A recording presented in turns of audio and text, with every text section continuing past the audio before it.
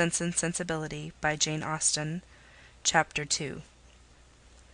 Mrs. John Dashwood now installed herself mistress of Norland, and her mother and sisters-in-law were degraded to the condition of visitors. As such, however, they were treated by her with quiet civility, and by her husband with as much kindness as he could feel towards anybody beyond himself, his wife, and their child. He really pressed them with some earnestness to consider Norland as their home, and, as no plan appeared so eligible to Mrs. Dashwood as remaining there till she could accommodate herself with a house in the neighbourhood, his invitation was accepted. A continuance in a place where everything reminded her of former delight was exactly what suited her mind. In seasons of cheerfulness no temper could be more cheerful than hers, or possess in a greater degree that sanguine expectation of happiness which is happiness itself. But in sorrow she must be equally carried away by her fancy, and as far beyond consolation as in pleasure she was beyond alloy. Mrs. John Dashwood did not at all approve of what her husband intended to do for his sisters. To take £3000 from the fortune of their dear little boy would be impoverishing him to the most dreadful degree. She begged him to think again on the subject. How could he answer it to himself to rob his child, and his only child too, of so large a sum? And what possible claim could the Miss Dashwoods, who were related to him only by half-blood, which she considered as no relationship at all, have on his generosity to so large an amount? It was very well known that no affection was ever supposed to exist between the children of any man by different marriages, and why was he to ruin himself and their poor little Harry by giving away all his money to his half-sisters?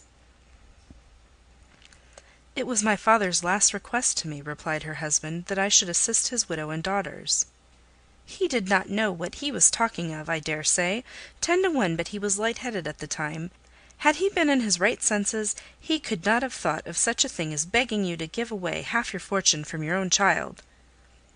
"He did not stipulate for any particular sum, my dear Fanny. He only requested me, in general terms, to assist them, and make their situation more comfortable than it was in his power to do. Perhaps it would have been as well if he had left it wholly to myself.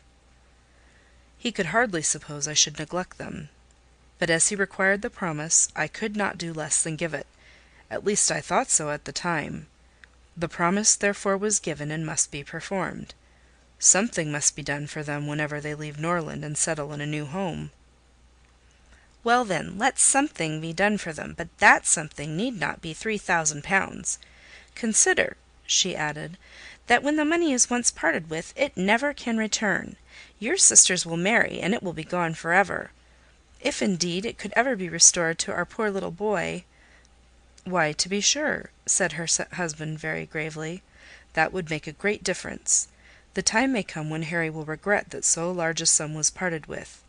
If he should have a numerous family, for instance, it would be a very convenient addition." "To be sure it would." "Perhaps, then, it would be better for all parties if the sum were diminished 1/2. £500 would be a prodigious increase to their fortunes." "Oh, beyond anything great! What brother on earth would do half so much for his sisters, even if really his sisters? And, as it is, only half-blood. But you have such a generous spirit." "I would not wish to do anything mean," he replied. "One had rather on such occasions do too much than too little. No one, at least, can think I have not done enough for them. Even themselves, they can hardly expect more." "There is no knowing what they may expect," said the lady. "But we are not to think of their expectations. The question is, what you can afford to do." "Certainly, and I think I may afford to give them £500 apiece. As it is, without any addition of mine, they will each have above £3000 on their mother's death, a very comfortable fortune for any young woman." "To be sure it is, and indeed it strikes me that they can want no addition at all. They will have £10,000 divided amongst them. If they marry, they will be sure of doing well, and if they do not, they may all live very comfortably together on the interest of £10,000. "That is very true, and therefore I do not know whether, upon the whole, it would not be more advisable to do something for their mother while she lives rather than for them. Something of the annuity kind, I mean. My sisters would feel the good effects of it as well as herself. 100 a year would make them all perfectly comfortable." His wife hesitated a little, however, in giving her consent to this plan. "To be sure," said she, "it is better than parting with 1,500 pounds at once. But then if Mrs. Dashwood should live 15 years, we shall be completely taken in." "15 years! My dear Fanny, her life cannot be worth half that purchase." "Certainly not. But if you observe, people always live for ever when there is any annuity to be paid them, and she is very stout and healthy, and hardly 40. An annuity is a very serious business. It comes over and over every year, and there is no getting rid of it. You are not aware of what you are doing. I have known a great deal of the trouble of annuities, for my mother was clogged with the payment of 3 to old superannuated servants by my father's will, and it is amazing how disagreeable she found it. Twice every year these annuities were to be paid, and there was the trouble of getting it to them, and then one of them was said to have died, and afterwards it turned out to be no such thing. My mother was quite sick of it. Her income was not her own, she said, with such perpetual claims on it, and it was the more unkind in my father, because otherwise the money would have been entirely at my mother's disposal, without any restriction whatever. It has given me such an abhorrence of annuities that I am sure I would not pin myself down to the payment of one for all the world." "It is certainly an unpleasant thing," replied Mr. Dashwood, "to have those kind of yearly drains on one's income. One's fortune, as your mother justly says, is not one's own. To be tied down to the regular payment of such a sum on every rent day is by no means desirable. It takes away one's independence." "Undoubtedly. And after all you have no thanks for it. They think themselves secure. You do no more than what is expected, and it raises no gratitude at all. If I were you, whatever I did should be done at my own discretion entirely.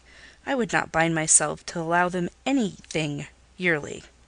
It may be inconvenient some years to spare 100 or even 50 pounds from our own expenses."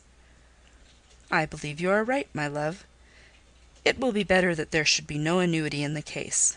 Whatever I may give them occasionally will be a far greater assistance than a yearly allowance, because they would only enlarge their style of living if they felt sure of a larger income, and would not be 6 pence the richer for it at the end of the year. It will certainly be much the best way. A present of 50 pounds now and then will prevent their ever being distressed for money, and will, I think, be amply discharging my promise to my father." "To be sure it will. Indeed, to say the truth, I am convinced within myself that your father had no idea of your giving them any money at all. The assistance he thought of, I dare say, was only such as might be reasonably expected of you.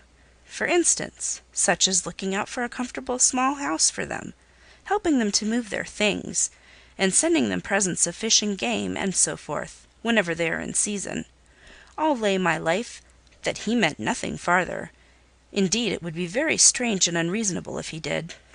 Do but consider, my dear Mr. Dashwood, how excessively comfortable your mother-in-law and her daughters may live on the interest of 7,000 pounds, besides the 1,000 pounds belonging to each of the girls, which brings them in 50 pounds a year apiece, and of course they will pay their mother for their board out of it.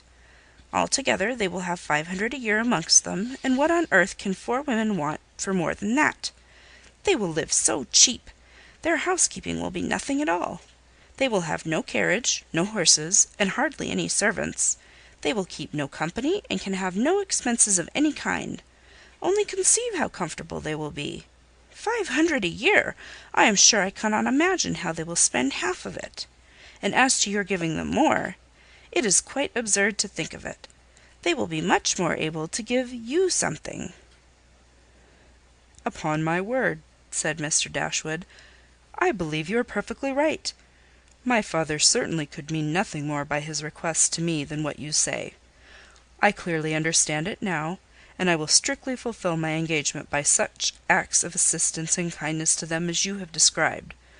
When my mother removes into another house, my services shall be readily given to accommodate her as far as I can. Some little present of furniture, too, may be acceptable then." "Certainly," returned Mrs. John Dashwood. "But, however, one thing must be considered. When your father and mother moved to Norland, though the furniture of Stanhill was sold, all the china, plate, and linen was saved, and now is left to your mother. Her house will therefore be almost completely fitted up as soon as she takes it." "That is a material consideration, undoubtedly. A valuable legacy indeed, and yet some of the plate would have been a very pleasant addition to our own stock here." "Yes, and the set of breakfast china is twice as handsome as what belongs to this house. A great deal too handsome, in my opinion, for any place they can ever afford to live in. But, however, so it is. Your father thought only of them; and I must say this, that you owe no particular gratitude to him, nor attention to his wishes, for we very well know that if he could, he would have left almost everything in the world to them." This argument was irresistible. It gave to his intentions whatever of decision was wanting before, and he finally resolved that it would be absolutely unnecessary, if not highly indecorous, to do more for the widow and children of his father than such kind of neighbourly acts as his own wife pointed out. Chapter 3.